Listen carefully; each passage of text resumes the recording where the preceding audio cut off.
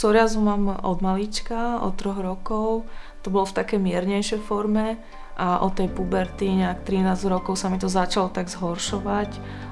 Začali byť tie ložiska také rozsiahlejšie a v priebehu rokov až do tej dospelosti to dospel do štádia, že to bolo generalizovaná forma, veľké ložiska po celom tele, v podstate nejakých 80% povrchu pokožky mi to zoberalo. Nemáte možnosť nejak slobodne plánovať do života nejaké bežné životné ciele, čo sa týka kariéry, osobného života. Sociálny život bol úplne minimálny, človek žije len v nejakej bubline, nejakých pár priateľov, rodina.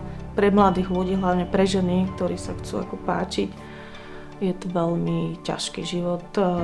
Okolo 2004 roku počas vysokej školy som už zaregistrovala, že existuje biologická liečba, čo som vnímala ako veľký pokrok v medicíne. Až v nejakom 2013 roku už bola tak rozšírená tá biologická liečba, už bola aj dostupná, overená, dá sa povedať.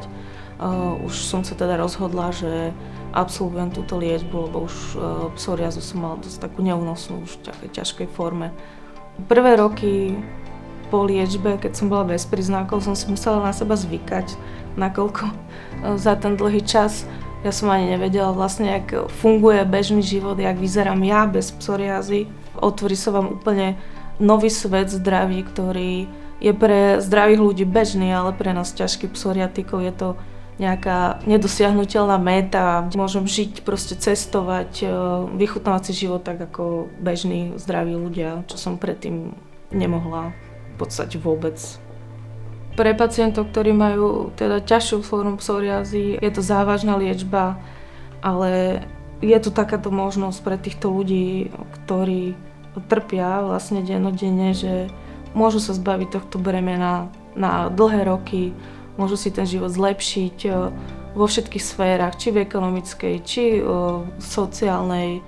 Pre tých, ktorí už trpia roky, tak je to vyslobodenie a treba to skúsiť podľa mňa.